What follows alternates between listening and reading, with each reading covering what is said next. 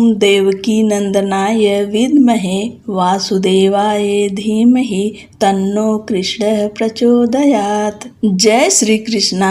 आप सभी का दिन शुभ और मंगलमय हो। आज से वैशाख माह प्रारंभ हो रहा है। आप सभी से विनम्र निवेदन है कि हमारे चैनल को सब्सक्राइब कर लीजिए, जिससे हर दिन नियम से वैशाख मास महात्म्य की कथाएं सुन सकें।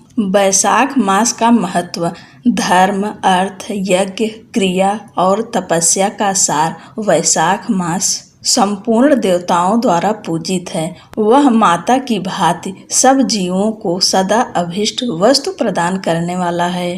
धार्मिक मान्यता है कि जैसे सतयुग के समान कोई दूसरा युग नहीं, वेदों के समान कोई शास्त्र नहीं, गंगा के समान कोई तीर्थ नहीं, उसी भांति वैशाख मास के समान कोई महीना नहीं है। जैसे विद्याओं में वेद विद्या, मंत्रों में प्रणव, वृक्षों में कल्प वृक्ष, धेनुओं में कामधेनु, देवताओं में विष्णु, वर्णों में ब्राह्मण, प्रिय वस्तुओं में प्राण, नदियों में गंगा जी, तेजों में सूर्य, अस्त्र शस्त्रों में चक्र, धातुओं में स्वर्ण, वैष्णवों में शिव तथा रत्नों में कौस्तुभमणि है। उसी प्रकार धर्म के साधन भूत महीनों में वैशाख मास सबसे उत्तम है। संसार में इसके सामने भगवान विष्णु को प्रसन्न करने वाला दूसरा कोई मास नहीं है। वैशाख महीने में भगवान विष्णु, परशुराम, माता लक्ष्मी और पीपल, तुलसी जी की पूजा की जाती है। वैशाख के महीने में सुबह और शाम दोनों समय तुलसी जी की पूजा करनी चाहिए और दीप लगाना चाहिए। पीपल के पेड़ में जल चढ़ाना चाहिए और दीप लगाना चाहिए। पीपल के वृक्ष में शाम के समय दीप जरूर लगाएं। माना जाता है पीपल के वृक्ष में स्वयं भगवान विष्णु निवास करते हैं। वैशाख का महीना बहुत ही पावन महीना है। इस महीने में अक्षय तृतीया, वरुथनी एकादशी, वैशाख अमावस्या, शनि जयंती, बुद्ध पूर्णिमा, सीता नवमी, परशुराम जयंती, मोहिनी एकादशी विशेष व्रत त्योहार इस महीने में पड़ते हैं। वैशाख महात्म्य की कथा सुनने से पहले भगवान श्री गणेश की कथा सुनेंगे। पुराने समय की बात है। एक रतिदेव नाम के राजा हुआ करते थे और उनके राज्य में धर्मकेतु नाम का ब्राह्मण रहता था। धर्मकेतु की 2 पत्नियां थीं। एक का नाम सुशीला तो दूसरी का नाम चंचलता था। दोनों ही पत्नियों के व्यवहार और विचारों में बहुत अंतर था। सुशीला धार्मिक प्रवृत्ति की थी और व्रत उपवास तथा पूजा अर्चना आदि में अत्यधिक विश्वास रखती थी। इसके विपरीत चंचलता भोग विलास में ज्यादा मस्त रहती थी। वह शारीरिक सुंदरता और साज श्रृंगार पर ज्यादा ध्यान लगाती थी। व्रत उपवास अथवा पूजा अर्चना से उसका कोई सरोकार न था। कुछ समय बाद धर्मकेतु की दोनों ही पत्नियों को संतान की प्राप्ति हुई। सुशीला ने एक पुत्री को जन्म दिया तो चंचलता को पुत्र रत्न की प्राप्ति हुई।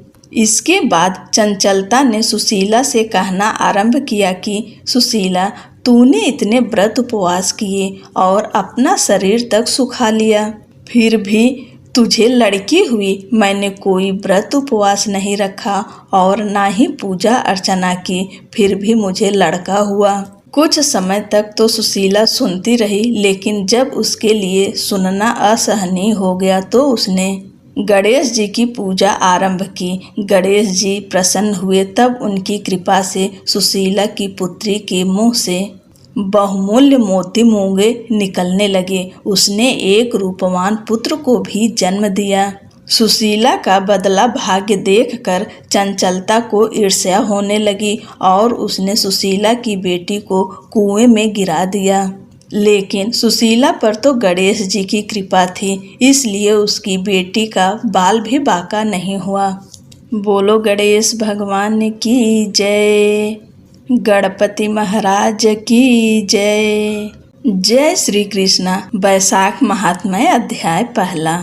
भगवान नारायण, नरश्रेष्ठ नर, देवी सरस्वती तथा महर्षि वेद व्यास को नमस्कार करके भगवान की विजय कथा से परिपूर्ण इतिहास पुराण आदि का पाठ करना चाहिए। सूत जी कहते हैं, राजा अम्बरीश ने परमेष्ठी ब्रह्मा के पुत्र देवर्षि नारद से पुण्यमय वैशाख मास का महात्म्य इस प्रकार पूछा। ब्रह्मन, मैंने आपसे सभी महीनों का महात्म्य सुना। उस समय आपने यह कहा था कि सब महीनों में वैशाख मास श्रेष्ठ है, इसलिए यह बताने की कृपा करें कि वैशाख मास क्यों भगवान विष्णु को प्रिय है और उस समय कौन कौन से धर्म भगवान विष्णु के लिए प्रीतिकारक है। नारद जी ने कहा, वैशाख मास को ब्रह्मा जी ने सब मासों में उत्तम सिद्ध किया है। वह माता की भांति सब जीवों को सदा अभीष्ट वस्तु प्रदान करने वाला है।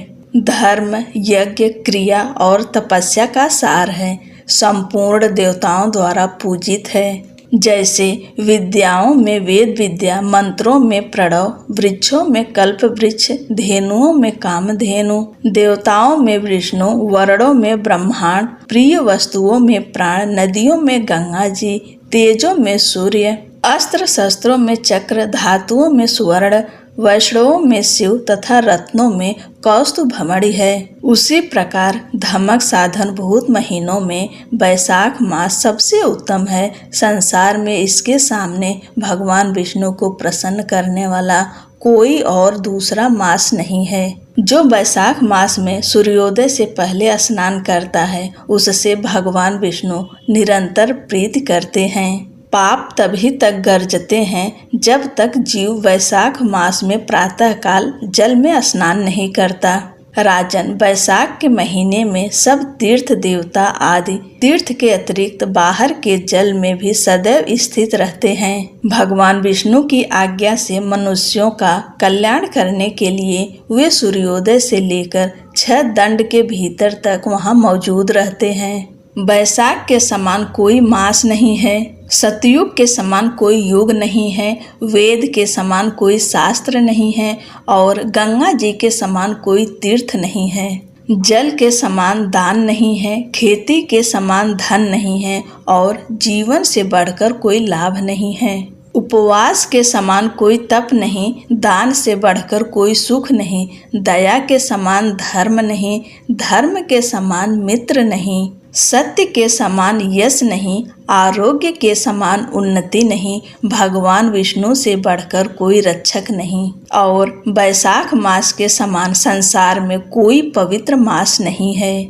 ऐसा विद्वान पुरुषों का मत है। वैशाख श्रेष्ठ मास है और शेष साई भगवान विष्णु को सदा प्रिय है। सब दोनों से जो पुण्य होता है और सब तीर्थों में जो फल होता है, उसी को वैशाख मास में मनुष्य केवल जल दान करके प्राप्त कर लेता है। जो जल दान में असमर्थ है, ऐसे ऐश्वर्य की अभिलाषा रखने वाले पुरुष को उचित है कि वह दूसरे को प्रबोध करे, दूसरे को जल दान का महत्व समझाए। यह सब दोनों से बढ़कर हितकारी है। जो मनुष्य वैशाख में सड़क पर यात्रियों के लिए प्याऊ लगाता है, वह विष्णु लोक में प्रतिष्ठित होता है। नृप श्रेष्ठ प्रपादान अर्थात पौसला या प्याऊ देवताओं, पितरों तथा ऋषियों को अत्यंत प्रीति देने वाला है। जिसने प्याऊ लगाकर रास्ते के थके मांदे मनुष्यों को संतुष्ट किया है, उसने ब्रह्मा, विष्णु और शिव आदि देवताओं को संतुष्ट कर लिया है।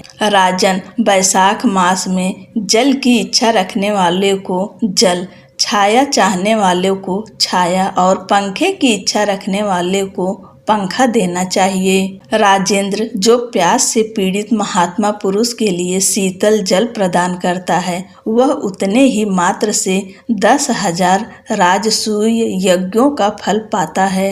धूप और परिश्रम से पीड़ित ब्राह्मण को जो पंखा डुलाकर हवा करता है, वह उतने ही मात्र से निष्पाप होकर भगवान का पार्षद हो जाता है। जो मार्ग से थके हुए श्रेष्ठ द्विज को वस्त्र से भी हवा करता है, वह उतने से ही मुक्त हो भगवान विष्णु का सायुज्य प्राप्त कर लेता है। जो शुद्ध चित्त से ताड़ का पंखा देता है वह सब पापों का नाश करके ब्रह्मा लोक को जाता है। जो विष्णु प्रिय वैशाख मास में पादुका दान करता है वह यमदूतों का तिरस्कार करके विष्णु लोक में जाता है। जो मार्ग में अनाथों के ठहरने के लिए विश्रामशाला बनवाता है उसके पुण्य फल का वर्णन किया नहीं जा सकता। मध्याह्न में आए हुए ब्राह्मण अतिथि को यदि कोई भोजन दे तो उसके फल का अंत नहीं है। राजन, अन्नदान मनुष्यों को तत्काल तृप्त करने वाला है, इसलिए संसार में अन्न के समान कोई दान नहीं है। जो मनुष्य मार्ग के थके हुए ब्राह्मण के लिए आश्रय देता है उसके पुण्य फल का वर्णन किया नहीं जा सकता।